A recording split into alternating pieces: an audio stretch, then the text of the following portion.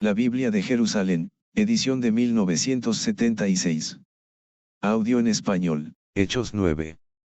Entretanto Solou, respirando todavía amenazas y muertes contra los discípulos del Señor, se presentó al sumo sacerdote. Y le pidió cartas para las sinagogas de Damasco, para que si encontraba algunos seguidores del camino, hombres o mujeres, los pudiera llevar atados a Jerusalén. Sucedió que, yendo de camino, cuando estaba cerca de Damasco, de repente le rodeó una luz venida del cielo. Cayó en tierra y oyó una voz que le decía: Saúl, Saúl, ¿por qué me persigues? Él respondió: ¿Quién eres, Señor?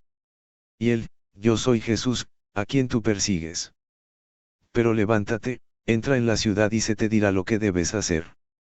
Los hombres que iban con él se habían detenido mudos de espanto, oían la voz, pero no veían a nadie.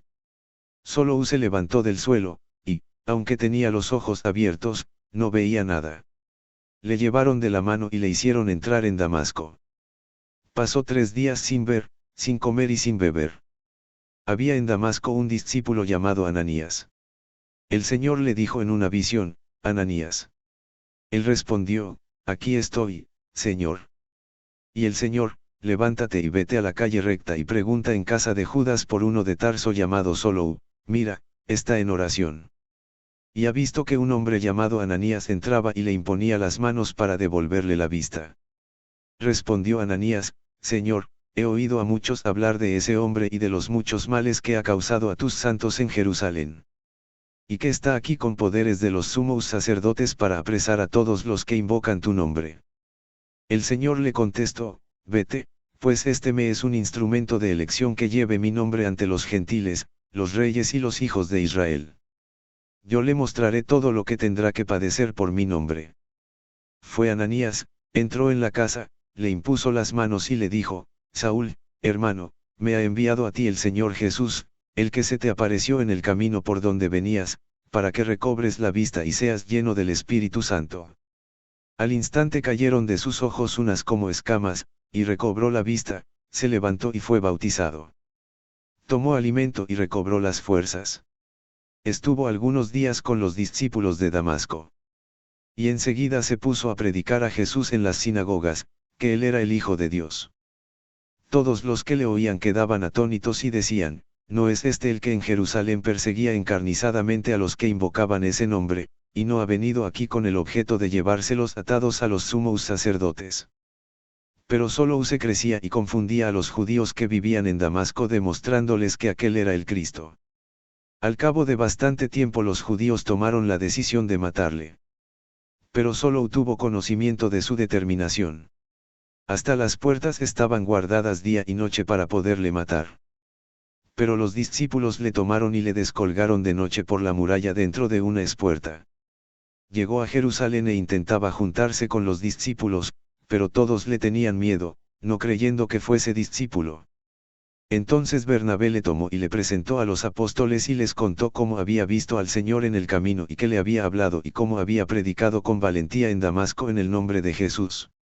Andaba con ellos por Jerusalén, predicando valientemente en el nombre del Señor.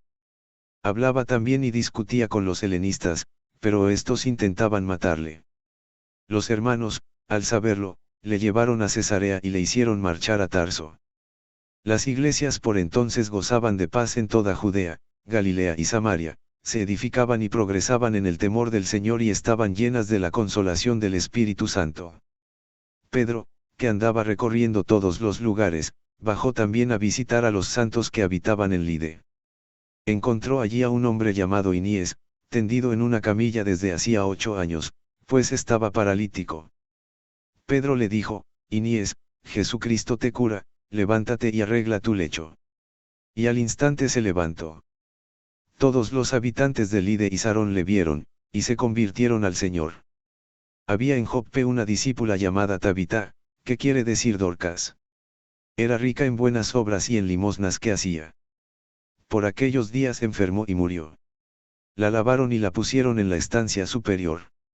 Lide está cerca de Joppe, y los discípulos, al enterarse que Pedro estaba allí, enviaron 2 hombres con este ruego: no tardes en venir a nosotros. Pedro partió inmediatamente con ellos. Así que llegó, le hicieron subir a la estancia superior y se le presentaron todas las viudas llorando y mostrando las túnicas y los mantos que Dorcas hacía mientras estuvo con ellas. Pedro hizo salir a todos, se puso de rodillas y oró, después se volvió al cadáver y dijo, Tabita, levántate. Ella abrió sus ojos y al ver a Pedro se incorporó. Pedro le dio la mano y la levantó. Llamó a los santos y a las viudas y se la presentó viva. Esto se supo por todo Joppe y muchos creyeron en el Señor. Pedro permaneció en Joppe bastante tiempo en casa de un tal Simón, curtidor.